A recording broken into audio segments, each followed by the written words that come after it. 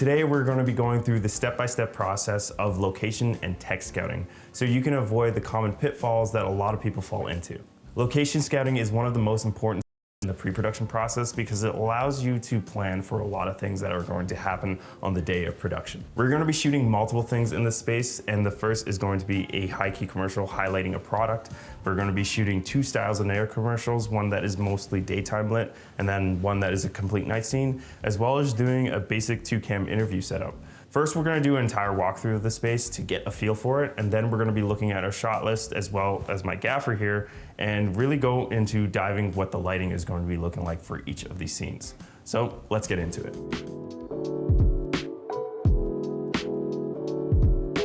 So to give you guys a little bit more context, we've already received pictures of the location, but receiving pictures is kind of like 10%. The other 90% is going to be actually being in the space and feeling it out. And from the pictures, the space looked great, but walking into it, everything is large and grand. So I already have a lot that I'm working with. So if we start walking through and figuring out exactly what's happening, I already have kind of my first thing on me, which is going to be the shot list of the project. It depends where you are in the stages of your project, if you're in pre-production or if this is the day before. Generally, you want to have a shot list and figure out exactly what the feeling of the project is and what exactly you're going to be shooting on the day. So automatically, I know that I'm going to be starting off with a commercial scene that's going to be highlighting a project. And then I already talked to the director and got context of what this is supposed to feel like. And this is supposed to be a very bright and airy. And then we're highlighting something, so everything's going to feel lifted. Oof. Yeah, that sun beaming through, so that's nice. And we're gonna be shooting in this space here, and basically the person is walking through, and we're gonna be doing a 3-shot coverage where we're gonna get a wide somewhere up in a corner, then get a medium of whatever their talent is doing with the product, and then get some sort of specialty shot or tight with a probe lens that we're thinking. So looking at the space, I already see that the natural light and where and what time I'm going to be shooting. So we have this scheduled as of now to do this top of day, and we're gonna be shooting at 8 a.m. And right now it is 8:18, and we can already see that we got this natural light coming through. So if I'm shooting this between 8 and 10, how is that light going to move? And an app I like to use that is essential for location scouting is an app called Sunseeker. So I can do a live view and see exactly where the sun is going to be at and the time of day. So obviously we have the sun coming through there, and then it was only momentarily that it was coming through this window, so that is very important. And then it's gonna wrap around the house around 10 a.m. So I'm only gonna have that for probably only 30 minutes to an hour of this, and it's gonna be shaping. So with that already in mind, I'm going to set my wide up first and shoot that, and then move up for my medium and tight shots where I won't necessarily see that. So that's something I'm already thinking about. And then when I look at the space and see where the light is naturally coming from, it's all coming from these windows. So now I'm gonna bring my gaffer in here, Peter, and and I'm gonna be talking to him to see what lights I exactly want out here. So to add to the sunlight, we have basically 3 windows what we're working with, and I wanna light this in layers. So we have our subject gonna be here, so it would be nice to have a light out there. And then we have our background, and then some way that we could blast light through there, right? So that's already 2 lights. And then we have like our foreground over here, and it'd be cool to have something high shooting through here, right? To emulate that sun. So that's what I'm automatically thinking. And then with that information, Peter's gonna go outside and he's gonna look for plugs and tell me exactly what gear he needs. Stands wise, AC, even possibly a generator. So that's when we would talk to the producer as well as the person who's in charge for the location to see what we have access to. Now that I understand the space and what we're going to be shooting, I'm going to walk through the exact shot list. And this is known as pre-visualization, or just getting shots of what the location could potentially look like. To understand this even more, this is a location and tech scout, so I'm gonna be doing multiple things at once, but this is very good practice to do in your location scout. So we already know that we're establishing a master wide, and just to give me more layers and as much depth as possible, we've already established that we want to shoot it up in this corner here and then be on a dolly and then pushing in like this. So that's exactly what we want to do. And then honestly, I'm gonna get somebody to block this to even feel it out a little bit more. Adrian, do you want to be my subject? All right, so you're just gonna be coming in and sitting down. And then there's already gonna be something here, like, I don't know, yeah, let's leave that, like a school bag or something, and then you're gonna be on your phone. Okay. Cool? Yeah. So I'm gonna shoot this now, and I'm gonna be using CAD rates to do that. So I'm gonna be shooting on the Sony Venice, and then we want something super wide to show off the space because there's a lot going on here. So I already have it slated to shoot on a 12 mil. So I'll switch this to video, and then I'm gonna switch my format to 3:2, which is the native aspect ratio, so I see as much as possible. And then I'm gonna roughly set up where I think the shot's gonna be. Press record, start pushing in. Adrian, action.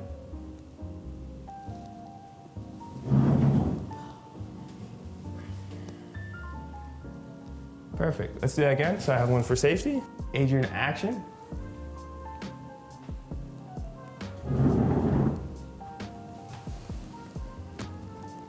That's great. So what I learned from those shots is like I can send that to director and can pretty be much aligned with it, and I can send it to the rest of the team.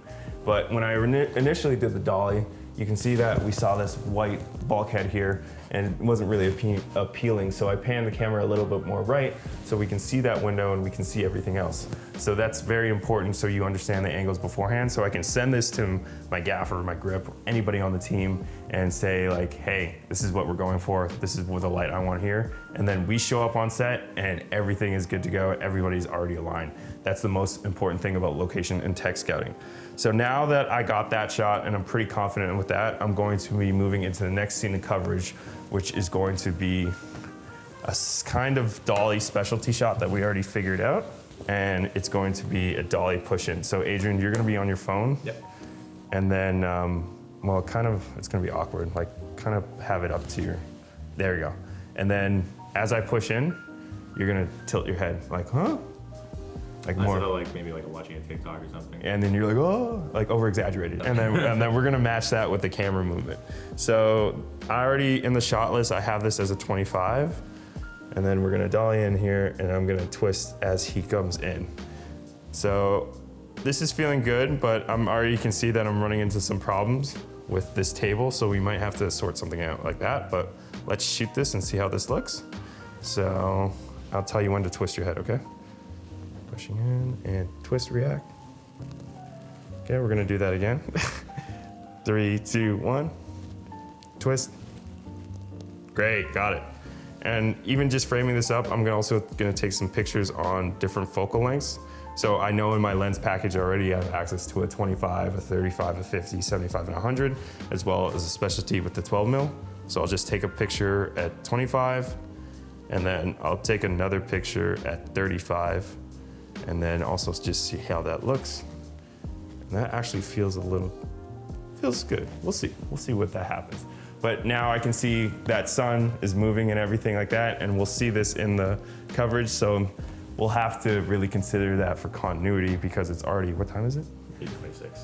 8:26, so it's been like 10 minutes and the sun's already drastically changed. So we're gonna figure out how we can do that naturally.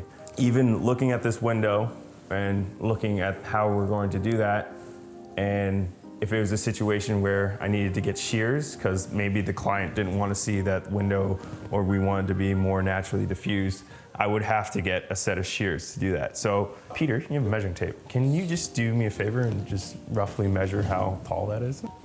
Essential thing to have on Location Scout is 2 measuring tapes. I have some in my kit, but just since Peter here, he's gonna do that for me, just in case that we need to get shears.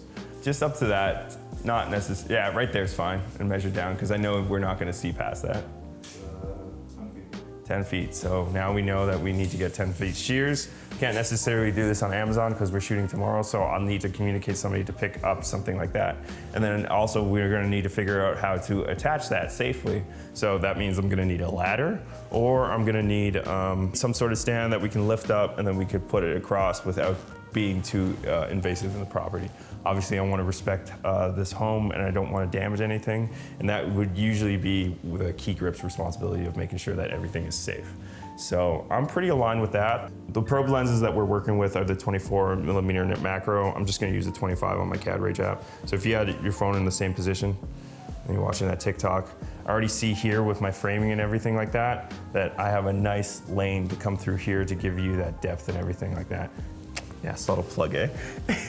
So I would have my probe here, I'm recording, and he's reacting. So to even give me some more dynamic, we've already done that action, you can kind of bring the phone into you. So yeah, that's a good final position. So as I pass you, we can do that. So Do you want me still doing the head tilt? head's still tilted, Okay. and then action. Yeah, and that feels great. That feels very commercial, right? And we're not swapping the axis here. So also what I'm looking at too is if I just take a picture here of how the light is naturally falling just from the pot lights and everything like that. And then this could be a good use of a practical if we put bulbs in there or even MCs. And then even just looking outside, there's obviously, they have something set up for the patio furniture to be covered, but obviously we don't want to see that. And we have access to these beautiful blinds. So this is going to allow us to even shape the, oh, and this allows, oh, wow. That's nice. That's very nice. So I can see it right there. We can see how that sun naturally does that. And this is gonna be giving me a lot to work with when it comes to painting our image with light and dark parts. So I'm just gonna be adding to this with my gaffer, Peter. So Peter already sees the direction of the light, and he's gonna know automatically when we're setting up lights to point them in that direction to give us that, and then also to light our subject here. So Peter, this is gonna be our shadow, that's gonna be our light, and then we're just matching that with our sunlight. So when I'm looking to build out interest and as much depth in my image, I can do that with composition as well as I can, more importantly, do that with lighting. I feel like a lot of people miss out on the lighting part because in small spaces, a lot of people get scared when that happens. So if I was trying to recreate this, I could get a spotlight mount and I could get some gobos. So that's something that I might talk to the producer to actually rent out and see if that's in the budget. So that's just looking at your natural environment, what's already in there, and then moving on with that. So Peter, what I'm thinking is like, that's already like diffused, so we blast like a 1200 through that to give us like a main pop. And then we'd probably use the 600C Pro 2 here to maybe warm it up on our subject. And then I believe we'll have a 600D as well. And then that will be just over here. I don't know if these, oh, there are blinds. Sick. So we'd probably put it at like half mast like that and then just shoot it through there. So very easy location to work with.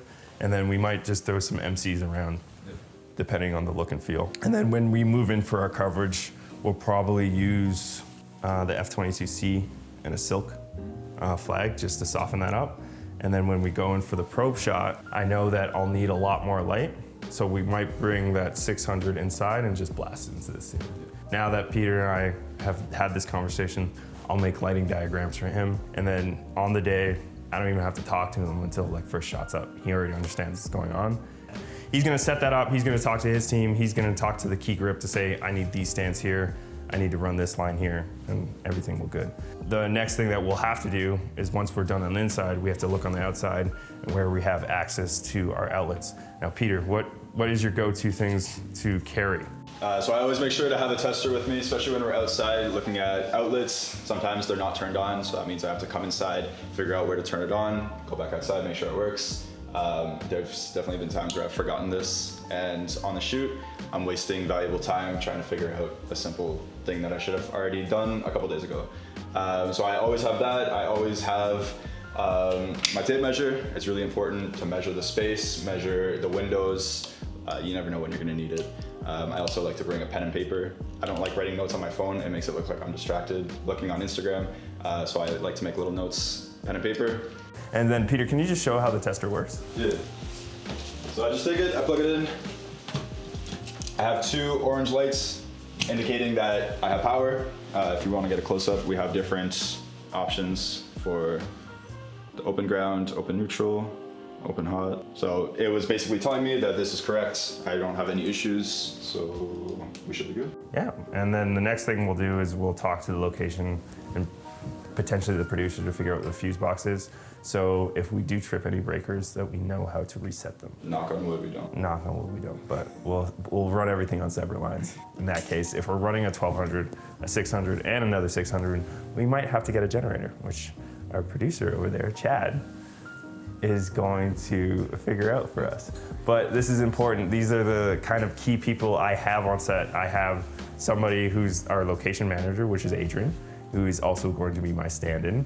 And then I have my gaffer, Peter. Usually I would have a key grip as well, because if I needed something rigged overhead, some sort of camera rig or anything that's going to be unsafe, he is going to recommend the gear to get that. And then Chad is going to take all those notes and then realign with a gear list so everything is good. I've already sent Chad a gear list so he knows what everything that's already going on. Those do change as you actually live in the space. Only once you step on location, you kind of figure out all those things. So I think we're good to move on to the next setup, which is going to be a narrative commercial. A big question you might ask is, how did we decide that we're going to be shooting this commercial in this room?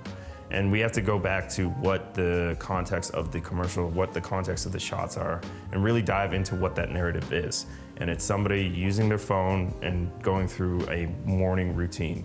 And that is going to happen in a kitchen / living room area and looking what naturally happens in the space. So if we back up a little bit, somebody is going to be coming from upstairs and then walking down and then enjoying their morning coffee. Obviously, we jumped a little bit of time of them making the coffee or anything like that, but this feels as natural in the space. So we're going to use that to our advantage. And because it's a morning scene and because it's so bright, we have all these windows to work with, and it's gonna make my job so much easier. I'm not going to choose to shoot this in a basement because I don't have access to any lights. So I can work with the natural light in the morning, and it's going to fit the scene perfectly. And the limitations of this space is, like, I would not choose to shoot something that was supposed to be dark in here unless I was waiting until nighttime. So it's just really analyzing your space and aligning with what the narrative is and choosing the location that suits that narrative. And then another big thing is, if we just talk about this as a cinematography standpoint and talking about depth and composition and everything like that, I have an extremely long room to work with. So I'm not worried about depth. I'm not worried about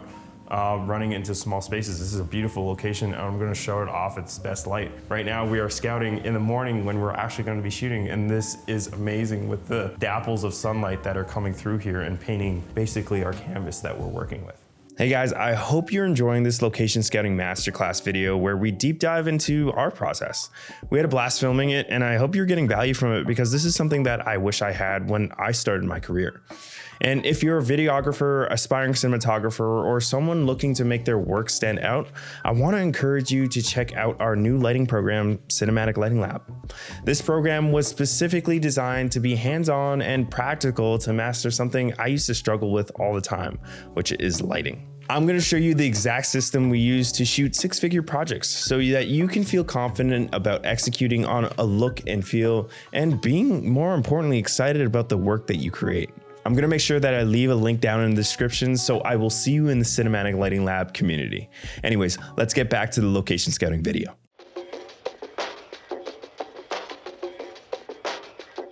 The next scene that we're gonna be looking at is a nighttime narrative scene, and I just had a conversation with the director of if we wanted somebody watching TV or if we wanted to showcase somebody at the dinner table with a classic. Maybe they're doing homework or they're having dinner meal by themselves. And we're looking at what we could utilize in the space and what is our advantages and disadvantages. And yes, we could shoot this scene where Adrian here is watching a movie or enjoying some popcorn, maybe makes a snack in the background, walks over here. But that feels a lot similar to what we just shot with the morning time scene. So how can we utilize this space even more? Because a big thing with commercials that we shoot a lot of the time, a lot of agency jobs is we're using one house and we have to hit maybe 4 or 5 different looks to make sure that it was shot over multiple days, multiple casts, and multiple full locations. So I'm gonna look to do that exact same thing. So what haven't I revealed yet? And I haven't revealed this dining table that we're looking at over here. So Adrian, I'm actually gonna have you sit at the head of the table, and then just for framing purposes, probably just gonna shoot through here. And then I don't know necessarily what your action is here. I'm just gonna be using you as framing, but this is going to be our nighttime scene. And the big concern that the director had is like, oh, can we make this look as interesting as possible with layers of light? And I'm like, oh, I can easily do that here down this runway, but we already did that. But I can easily do it here too, because I'm working with an upstairs, I'm working with a downstairs, I'm working with front foyer over here, there's a mirror, and then there's even this wall over here, right? So I can do that, right? I can rise to that challenge of what the director necessarily wants.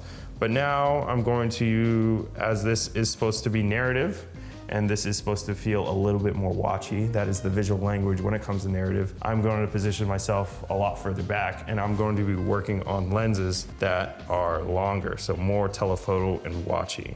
So I've already aligned with the director and what the visual language is. I'm gonna shoot that on the location scout to make sure that we're aligned with that. So I'm gonna go on CAD Rage here, and then I'm going to go with a 75.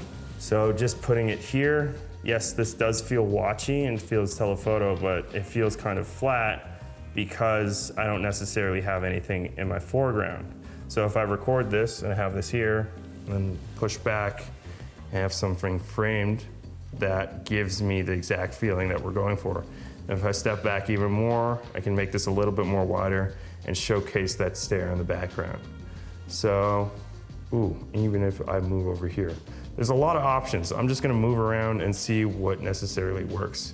And then on this, we have this scheduled at the end of the day, and I know that sun is going to be setting using my Sunseeker app, is going to be setting at around 4 and 5 p.m. and it's gonna be hitting through that exact window. So I'm gonna have some ambient on this side, but I might be able to cheat that with just throwing up some black material here. But I probably will have to black out that window, and then potentially these windows as well, and then the front foyer. That is the problem with filmmaking. You're usually creating a scene that is supposed to feel very dark or very light, and then you're usually doing that at opposite times of the day. So we always generally try to plan our shot list and what the shots are supposed to look like based on the time of day, but just because we're working with a very tight schedule and we're supposed to be wrapping out of here by 5:30, the sun is setting at that time, so we're gonna be scheduling and shooting that between 4:30 and 5:30. So I'm gonna have to preemptively start blacking things out. Luckily, Peter is taking notes and he knows exactly how much black material we're gonna need, and we're gonna need a lot. So that is the coverage from there that we got. And then the second shot that we have slated for this is just a classic 2-shot. And then it's gonna be a more profile and kind of medium. So I'm gonna do this on a 50 to showcase what the action is happening.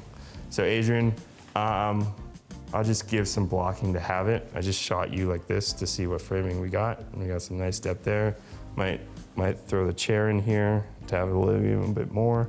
And then we might step back and get another profile and then see what this looks like on a profile. And this looks pretty nice as well too. And then I'm gonna use this kind of wall here to build out that depth. And this gives me a lot of opportunity to add those layers of depth when it comes to composition, as well as layers of depth when it comes to lighting.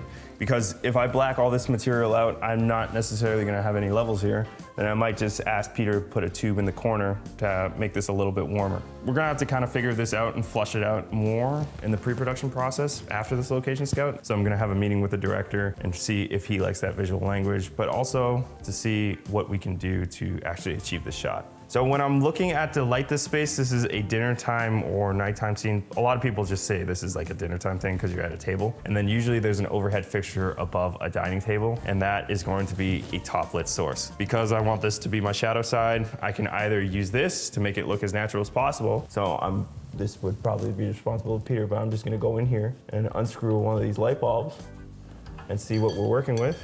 And we are working with, I believe, I don't even know what the socket is, but it's one of those that a B7C can't fit in. So we're just gonna axe this chandelier completely and we're not gonna use it. So we'll probably on the day just turn it off.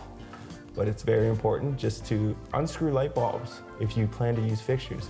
Because on the day, if we showed up with B7Cs and I told Peter we're gonna put B7Cs in here, then he starts doing it and he's like, Zach, it doesn't work. Then I'm gonna start panicking because this was my plan and my plan's not going to plan basically. So what I'm gonna do is I'm probably gonna put a stand in the corner and have a boom out here, and then that's gonna be my top lit source. So F22C probably, and then a silk under that and then probably something shooting up into the roof like a 60B with a projector, just to give you some more ambient tone. And then because we're dealing with a bunch of layers, I might just put another tube in the hallway down there, just shooting up to give me something, then another one out there. Depending on the day, I might just use my camera's white balance to push a little bit more blue into the exterior daylight, and then just ND my camera to expose for that, and then bring in my own lights. But then we might actually have to black it out, because a lot of people do black things out, but then you just kind of lose that depth and separation. You can either just black it out completely, you can black it out and relight it with your own lights, or you can just use the natural light and shift your camera's white balance to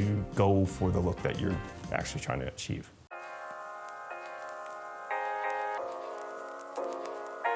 The next thing that we're gonna be walking through is how to scout and really find your frame when you're figuring out an interview setup. So we are doing like a brand story, and I'm just walking through the space, and I'm figuring out what's gonna give me the most flexibility to build an interesting frame as possible. So I'm gonna be looking at composition, set design, and then also layering with light. So this is all layers that we're working with, but different aspects when it comes to placing different things, when it comes to lighting different things, and then mainly focusing on my subject. So automatically when I walk in here, I have a pretty good frame just off the bat working with this. And when we talk about the visual language of the interview that we're going for, that we've already aligned on, is it's gonna be a wide A cam, almost sitting on a 25, and then a tight B cam, which is gonna be sitting on a 50 and 75. Kind of that grand feeling, almost like Netflix documentary, where you maybe have somebody center frame or naturally sitting in their space. So Adrian is going to be my subject here, and because I'm framed up like this, a go-to people might do is, Adrian, if you bring your chair over here. And this is something that I see a lot of people do, and I've done this in the past when I started doing a lot of videography jobs and interviews, is setting up my interview like this. Yes, he is talking directly to camera. He is framed up lovely, and then I'm working with layers. He is in the foreground, there's some midground there, and the background. So if I shoot this, it kind of works, but it doesn't really work really when we talk about what is interesting as cinematography, and then also going into what makes sense. This doesn't make sense. He wouldn't be talking to the camera like this, and he wouldn't be sitting in the space naturally. If I want to do this dining room kind of interview, I'm going to see what looks natural and looks the best. I'm going to be shooting this in this direction because it gives me the most interest, and I'm going to ask Adrian to put that chair back at the head of the table and actually sit in this chair. When we introduce exactly what we're doing, I am looking to build everything in layers. So yeah, just move that over there, and then I already have layers in my foreground, he is in the midground, and then I have something in the background. That's something I'm generally looking for. My subject for anything, interview, commercial, narrative, I'm trying to put them in the midground to build as much interest. So if I frame this up on my 25, this feels a lot more natural. He is sitting in the space, I have something to work with. If I wanted to bring this chair even a little bit more and frame off to this side, this feels great. I have even some interest with the chandelier.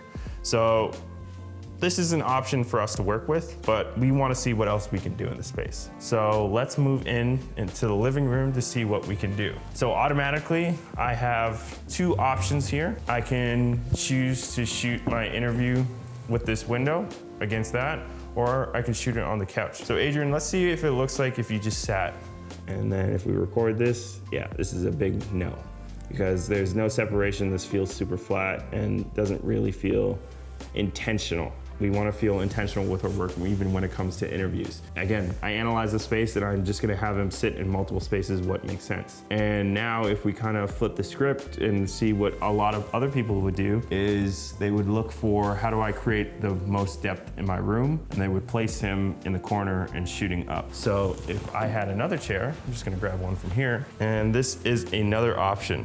If I only had access to shooting in this direction, this is what I would choose, but yes, it does still feel a little bit unnatural, and I don't like how the TV's in the background. Maybe if I frame that out and put him over here, that would work a little bit better. Maybe up my focal length so we can frame and crop that out. But I would be working with the natural sunlight. I would have a lot of light on that side, key from that side. But again, I feel like we can still do better. So as I analyze this room a little bit more, and this speaks to me a lot more. And this I hate to say, is giving Netflix, right? So Adrian, we can do multiple options here. Let's have you center framed and sit you right in the center. And then I can take my 25 and I can shoot this. And this is going for the exact look that we're going for. This looks like a very intentional interview. He is sitting in his space. I'm dealing with a lot of leading lines and just something easy to be centered. So this is really helping. And then now if we talk about eye line, Adrian, if you talk to my hand here, pretend that you're talking, right? So this would be good, right? But if you, Adrian, you pretend you're talking straight to the camera like it's on teleprompter, that would be a lot more appropriate. If Adrian comes back to here talking, it might feel a little bit awkward. And I know that we're gonna have somebody interviewing our talent. So Adrian, I'm gonna have you hop over to that side over there and then angle yourself like you're talking to whoever's here. That feels very natural, and it really depends on the look that you're going for. I really like this, and I know the director already likes this from the samples and past work that we shot. So this feels great for me, but we're gonna shoot both options just in case. And then let's go to, actually, I've been shooting that on a 35. 25 even feels more grand, but I feel like I'm getting a little lost in this corner over here with just this blank space. So I feel like our 35 is the best option because it gives us a little bit of more compression, and I have a lot more room to move back here. So now let's see what our B angle would look like. And this is where it gets tricky, because what side do I choose? Naturally, the sunlight is beaming through and giving me a nice edge light here, but I know that's not gonna last at all. This could be a 30-minute interview, 15-minute interview. If it's an hour, I'm definitely not gonna do that. So I'm gonna block that out, and then I'm gonna ask Peter to relight it somehow. I don't know exactly where it's coming from, but yes, we won't have that sun for long. So again, pull out your sun seeker, see where the sun is and where that's coming from. But I like naturally what that's doing. And because that sun is coming from here, I'm naturally going to put my key on this side, so I have a checkerboard of interest because he's getting lit from this side here with that nice edge light that's popping him out. Put some shadow on this side, and then light this side with a key light.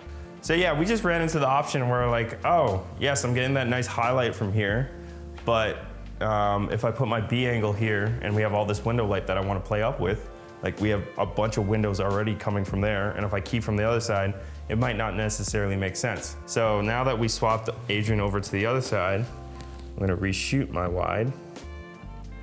All right, so this gives me the option to now neg on this side, open this up, put a light here, and light from this side as well.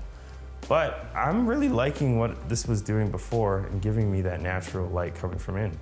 So I'm gonna shoot both, and then we'll have to have lights available to swap both sides. Because in my mind, it makes sense to key from this side because we have our windows here, but because of our wide shot that we don't necessarily see this window, it's not really portrayed that there is a window here, so I can light and key from any side. So that's something that we're gonna have to figure out on the day, but I'm gonna talk to Peter and say that I know I wanna create that sunlight coming through. I wanna paint the background as well, same lights blasting through, but then I'm gonna have my key modular. That means probably we're gonna move that couch back there.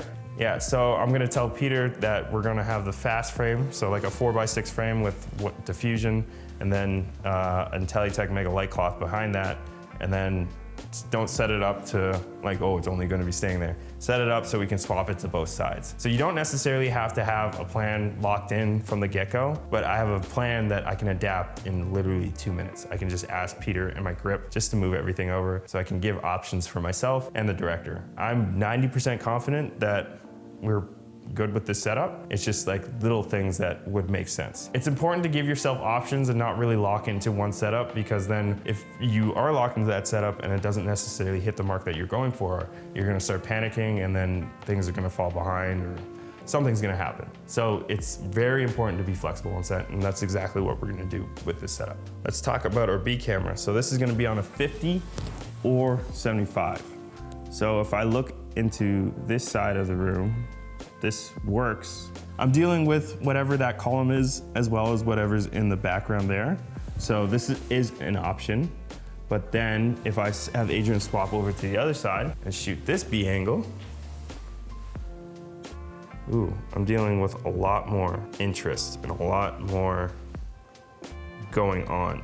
And then I just caught something because I told Adrian to look off to this side, but because my A camera's here and my B camera's here, this is crossing the line. So in the edit, if you have, a lot of people do this, and I've done this in the past too.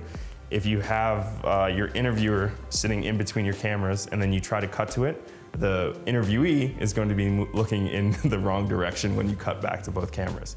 So that means if my B camera's over here, Adrian has to be looking over here, just off the camera left, right? So he's always looking right. If it was the other way, my B camera, he would be looking left, and then my A camera, he would be looking right, yeah. So that's just something I caught now, and it's very important, and I wouldn't really learn that because I would be locked into the plan. A's going here, B's going here, interviewer's going here. That's it. No, you have to be flexible and kind of figure it out as you go. So I really like the B angle here. So I think on the day when we actually plan and start figuring things out, this is going to be my initial setup. And like I said before, we're gonna be flexible and have that light being able to swing over. We're gonna be shooting this, I believe, before lunch. So the sun, let's see exactly where that's gonna be.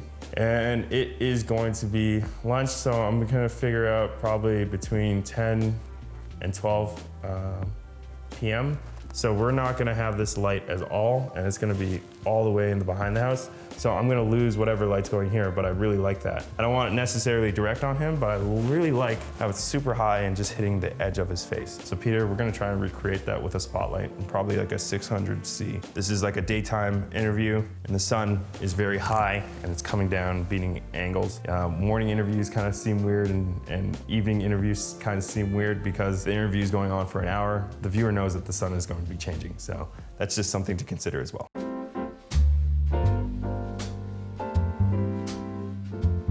So looking at this space automatically, Adrian just showed me that we have access to a bedroom, this office space, and another bedroom over here. But he mentioned that a bunch of light comes through here. And we're gonna be shooting at this right before the sun starts setting. And I feel like that is going to play up very nicely. Because again, this is gonna be a narrative, but more daytime. So we're gonna have like a watching angle. We're gonna run through this with CAD Rage. I'm gonna figure out which one we actually wanna shoot. So we could have potentially a watching angle over here. Let's see how far this door opens. Or one over here. That could work as well. So we just had a quick conversation with the director to figure out what makes sense. We had the option to shoot in the office, and then we have the option to shoot here. So I'm looking what naturally looks best in the space, and this looks best, especially with all the light coming through. And then it's somebody just waking up, or I don't know necessarily time of day, but I can easily place somebody here, shoot through the door. We're gonna frame that up in CAD Rage, and then they get up, and then they're kind of looking at the window, being very ponderous, seeing what's going on. And then because we're working with a room that already has, necessarily I'm shooting on something that's very flat because there's only a foot distance over here, I might even cheat that. And when we shoot the type, I'm over here. So we'll have to figure out that and what that looks like. But first thing that I'm going to be looking at is where my sun position is going to be. So if I pull out Sunseeker again, and my sun, oh, perfect, is gonna be hitting right over those treetops at 3 to 4 p.m. And we have this scheduled to shoot at around 2 to 4. So this is going to be perfect for me. So now let's actually frame this up because I've already established my shooting direction. This is again going to be narrative. I'm gonna be hopping out. And then we have that window framed up there to give us some motivation in the scene where to see the light is coming from. And then we have some interest in the foreground here. So honestly, Peter, I don't think we'll need anything here because it's already pretty lit. Yeah. Maybe some, if we just bring in some floppies and kill the bounce that's coming off here. And then that's the hardest thing I find in these spaces when you're trying to shoot something as natural as possible, especially with this location. This is going to be the biggest challenge, and I've used rooms like this all the time where you're just dealing with white walls and small spaces. So I'm probably just gonna get Peter to take some black duvetine, hang it up here. Probably I'm gonna talk to my key grip to do that too. And then if we don't have a lot of material, easily just tuck it up here, tape it to the top. I don't need something pretty where we have to set up a whole T-bar or frame, or even we can just lean up floppies or something like that, just to kill all the bounce that's coming off here, because I know the light's gonna be blasting through here and bouncing and filling up our subject. I need some contrast over here. So now, Chad, yeah, okay, you got up and now you're pondering at that window. So this looks great already. So the only thing that I would do is maybe talk to somebody on art to get something more interesting in the back there. But again, this feels a little bit flat because I'm so close to this wall. And then the only thing that I might bring in is just some negative fill here to kill all the bounce that's coming off these walls. So if we even step back even further, Chad, and try this window, and now we're running into some location issues because I am so close to Chad at this point, and then I can't necessarily show that other window because we've already established that he's getting up to look at that window, and then why did he jump to this window? So what I'm gonna do is I'm gonna swap to a 50 and see if I can creatively frame out that window in the back there. And I think I just found it there. What's the logistics of me putting my camera here? I'm working with the Venice, and the Venice is about that long to the sensor, so I don't know if I can necessarily do that. So Chad, if I back you up a little bit more, and then a little bit forward, right there, and pretend you're looking at the window, that could work as well. And then I would be probably sitting around here.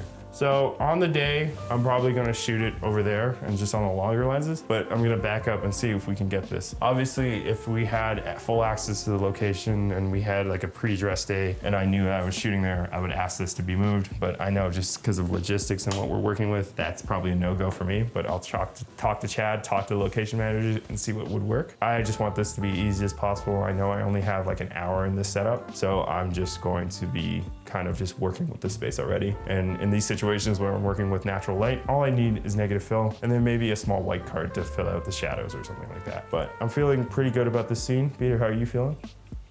So if we were to summarize this location and dealing with small spaces and to give you kind of 3 tips to go by, especially when you're working with an area that's small and has a lot of white walls, you're gonna run into this situation a lot of time. The first one is always bring black material. Now I'm not talking about bringing Duvetine 12x12s, like no one has money for that. There are very cheap solutions to do that, and they're things on Amazon. We use these 20x10 negs all the time, and it's not necessarily like fully blackout, but it gives you enough to kill all the bounce because we're gonna deal with a lot. The second would be talent positioning to really hide certain things if you're not really vibing with the location. Like if we're talking about the dresser or something like that, or framing out certain things, use your toolkit as a cinematographer, which is composition. That is my main thing that I'm looking with and looking to frame things out that necessarily don't work. And the third thing is be aware of your surroundings, spatially aware. If I really want a shot right here, I'm not able to do that with the camera that I'm working with, or I have to go to a lower body similar to like a Sony FX3 that I can put up against the wall. So that's maybe automatically something that I'm thinking about of what camera I'm going to be shooting with this, right? Am I going to prioritize the camera package or the lensing in this case? That's just something to be aware of when you're walking and looking at a location.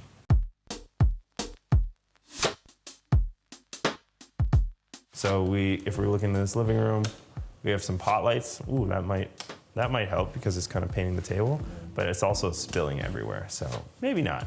And then we have, this one doesn't do anything. Oh, but then we have that chandelier, and I noticed that these are on dimmers. So we can dim the chandelier, and we can also dim our pot lights. So this is very important. So dimming our pot lights just basically remove like 2 lights for us because that can set our ambient easily. And then we just have to key now. So perfect, now that we know that this is on a dimmer, we only probably need 1 light for the setup, but we're still gonna have everything on standby. But it's very also important to know that LEDs, they tend to flicker as you lower the intensity. I don't know if you might see it on camera, but I can't see it by eye. But it's just dependent on the quality of LED. So that's just something that we're not going to rely on the day. We're still gonna have our lights, but this is gonna make a lot of things easier. So now let's see what other lights do. Oh, that might help. That's cool, is that chandelier? Sick. These aren't on dimmers, so it's on or off. So it's one of those things there that we just might work with on the day, ND our camera exposed for it. Or if we're feeling gutty, I might ask Peter to ND that. ND gel, I wouldn't do that, but that's just something to consider with if you like fixtures like that you might necessarily wrap them with even just paper, that might work. But if I like how this is doing, Peter exactly knows that he can just shoot a light up into the ceiling and give me the same look. So that's just working with what's naturally in the environment. Now, if we go into this room, we have a bunch of light switches over here, and I see a bunch of dimmers, so this is nice. So we have the chandelier on a dimmer, probably gonna use that because I like practicals. And then because we already looked at the bulbs, that looks like a mess to get up there. Good thing it's on a dimmer. We don't need anything else. I'll have my B7Cs just in case, but and then we have this. Oh. Wow, that's a tall ceiling. So we have some pot lights up there. That would be nice maybe if we need it a little bit lifted, but this is not on a dimmer. And then we have another one over here, which are the pot lights in this space, which we're probably not gonna be using because we're gonna just light everything. But it might be nice for the interview to light this, maybe, we'll see. And then we have another light here, another chandelier, and this is on a dimmer too. Perfect. Dimmers are our best friend because usually cameras can see in the dark, and then it's usually at their lowest setting that we have these at. So I'm probably gonna use those in the space as well. And then now if we're walking through the space even more, I'm just gonna flip on all these light switches and see what they do. That one's not doing much. But a big thing we like to do in commercials is make our world feel very unnatural. There's lights everywhere, there's pockets of interest everywhere. That is the commercial world. And we have these strip lights that are here. And I can see that they're LED strips that are put in the background, but we don't necessarily have any dimming control. And I know this is already pretty bright. And this controls all of them, right? So a good trick that I've learned is to bring white gaff tape. If I asked my gaffer to diffuse this and cut a bunch of frost and everything, it wouldn't do much because the lights are so bright. White gaff tape really works well as just a natural diffuser, and then he can just run a line across this whole thing if we want to use it.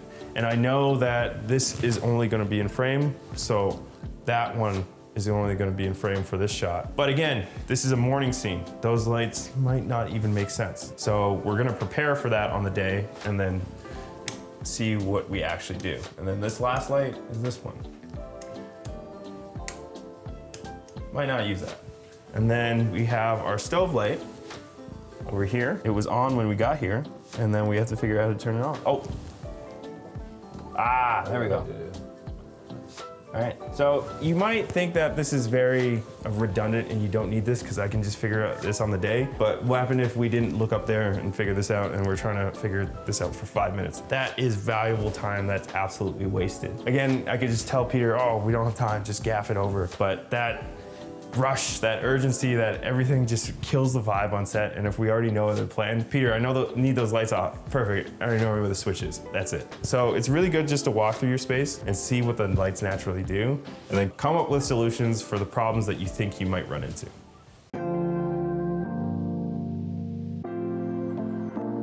So now we figured out where we're shooting. We have all our locations and where we know we're gonna be at certain times of the day. I'm good as a cinematographer and where I'm thinking about, but now we have to go into the logistics of this location, and that's where Chad comes in. So Chad, when do logistics come in? Like, what do you start doing? What I normally start doing for logistics, very similar to Peter, what he said earlier today.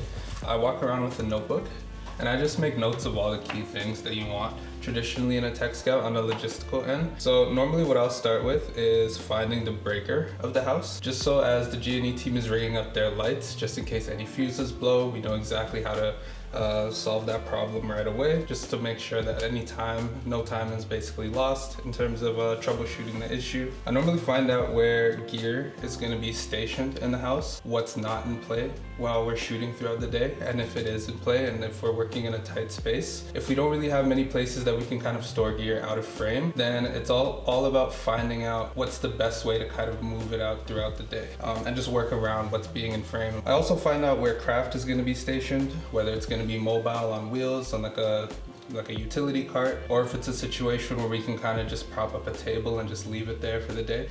Those are usually the best case scenarios, but if you're working on a tight space where, again, like I said, a lot of places are going to be in play for the day, just to keep mobility sharp, you normally just put it on a dolly cart or a utility cart and you can just wheel it around the house or the location that you're shooting in. Finding out where parking is going to be for crew, cast, and production trucking. Normally this is a location manager, what a location manager normally has on his to-do list in terms of things to figure out. However, if you're working with a small crew as a producer, it's very good to have this understanding, just in case when you're working on projects where the budget isn't in your favor, you know exactly how to go about permits and just making the most of your resources based off the experience that you have. Figuring out the garbage disposal situation, whether we have a dumpster on site or if that's gonna need to be relocated to another location via production truck, crew vehicle, things of that nature. And for the most part, that's about it. When you're walking through your tech scout, finding out where washrooms are, where talent holding is going to be, whether makeup and wardrobe is necessary on the day, and if so, if there's a designated place that's not utilizing any outlets that the G&E guys are actually going to be using on the day, just because steamers are G&E team's arch nemesis. So you want to avoid, you definitely want to avoid being in their way and just finding out how you can kind of have those things separately from what's going to be drawing the most power of the house. And I think that pretty much sums it up, Zach. Damn, there's a lot of things that I don't even think about that he just covered. So that's very important. And then if you're in the world where you're doing a lot of like smaller team stuff, this is usually what you're doing automatically. And Chad is going to be personally covering all those things, which I don't really necessarily have to think about because I'm focused on the creative. So having somebody bring on like this is one of the most important things because it allows me to focus on what my job is. He's focusing on his, and it's just, the day's so much smoother. So if we talk about the logistics of the location, Chad knows that I'm shooting in this direction, back this way, and then Chad also knows that I'm shooting in this direction and back this direction. So we could probably, potentially, put craft here. Cool. Right? Take a photo. And that's another thing, guys, you guys want to do as producers is make sure you have a good notebook and you're taking photos so that you can add things in your notes as well. As you're making notes on your notepad, you can also throw them into your notes on your iPhone and just make any small details. And then when you come in on the day, you already know with your production team where you're gonna have your signage set up just to help navigate and crew as they're walking in and out of the location. And then now if I think about camera and G&E, I know that I'm working basically only here in this location. So I don't have to have a lot of things inside, and I wanna have basically as much space as possible to be very respectful of the location, because I don't want anything scratched, but we're gonna have a bunch of tennis balls. But like when you're moving things in and out of a house, like stuff does happen when people aren't careful, especially when people don't care about location. So Adrian, do we have access to go through the side to get to the backyard? We absolutely do. So that is one thing that we're gonna do is we're gonna stage probably all our G&E equipment just outside that door, easy access to, and then on the day, a lot of people just bring flip-flops just to throw on to grab anything and then move it out. Because a lot of my lights are staying outside, and then we can build everything, only bring in what we need. I want as much space as possible. I'm doing a lot of wides, and again, I don't want to damage this person's house, so that's what we're going to be focusing on. So Chad, G&E outside, and then I know that I'm only going to be shooting in this direction for the narrative thing, and then this direction and that. So I know I'm never going to see this area. So if this is like kind of separated and cleaned up, I know that if we put a sound blanket over here, that camera can live here. Would that be cool? Yeah, we could stage like the big stuff that we don't necessarily need, but I feel like with all the stuff, just shape bags in the corner there, put a blanket over here, which we have, and then put camera here. But yeah, that's a general idea, because like I know all this area is gonna be hot, so we not necessarily can't do anything like that. Anything logistically wise? Parking. Ooh. So with regards to parking, we are in a suburban area, so it's not like we have to think about, or I'll defer to your opinion, but in terms of permitting, usually, unless you're kind of doing an overnight shoot, the popo would like to give you tickets for being parked on a highway. All else to say is there is street parking that everybody. Sounds like you got a ticket. I got plenty. I got plenty, and that's going back to experience. But all else to say is, since we're in a suburban area and it's pretty closed off, we can easily have everyone park on the street or even park on the driveway, especially because since nobody's going to be home, we can utilize the driveway, be able to lug gear around, as well as use that for crew parking. So perfect. If we know that no one's going to be home, we're going to park the main cars, because this is a production where everybody is just putting gear into their cars, and we don't necessarily have trucking for G&E, trucking for camera, or even LES equipment. So there's going to be no trucks on site. It's going to be everybody's car. So we're going to park the main cars on the driveway, so which is going to be Adrian in my car, because he's going to have G&E and camera, and I'm going to have that too. And then kind of free for all for everybody else is parking. But it's important to know how many cars are going to be on set, because then we're going to be taking up the whole street, and then it might draw a lot of heat to us. Logistics-wise now, did we locate the fuse box? It's probably in the basement. Right here. I found it.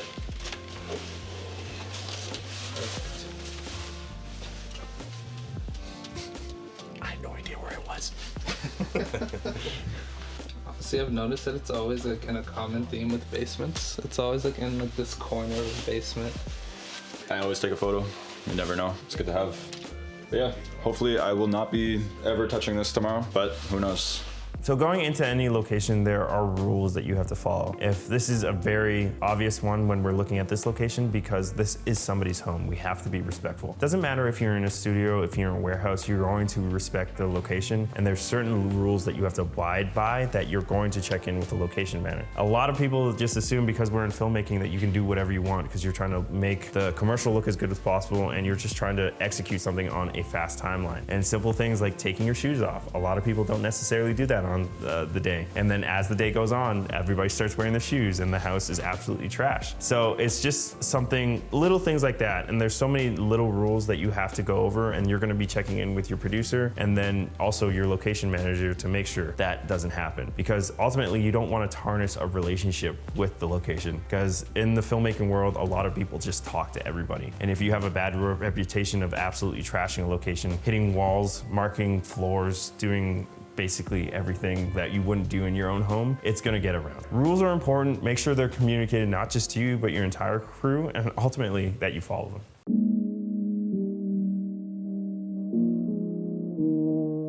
One thing that I can't stress enough that is so important is taking pictures of your entire location. So once you do a walk-in, take a video of the entire space. Take photos of absolutely everything, because this is very important for the production design of the project. So either you're gonna be doing the production design with your crew by yourself, or you're gonna have a production designer that is usually not on a location or tech scout. And you're gonna be taking pictures of everything to see what they can possibly use for the actual production. If there's like, say we have TV remotes here, but if it doesn't necessarily fit the narrative, they're going to source certain pieces that actually align with the vision, the look and feel, as well as what the director wants. And then a big thing is also that you have to put the space back to how it was when you originally showed up. When you're moving things, when it comes to production design, and more importantly, putting cameras in specific places and moving things to put lights in places as well, couches are gonna shift, tables are gonna get moved, chairs are gonna get moved as well, and things do get lost at that point. So it's very important to see how the location is when you walked in, take all those photos, and set it up exactly how you found it. And that's another important thing. It shows that you have respect for the location and just makes communication easier. So that was our location and tech scouting process. And once we started implementing this into our work, everything really changed for us. I cannot stress how important the pre-production process is, especially when you walk into a location, you wanna be prepared. You wanna know exactly where everything is. And a location scout solves all those problems and hurdles that you're probably running into as a filmmaker, cinematographer, director, anybody in the filmmaking space. Everything that we location scouted and talked about today is going to be in our course, Cinematic Lighting Lab, where we show you the step-by-step process on how we exactly lit all these shots. So check out the link in the description to find out more.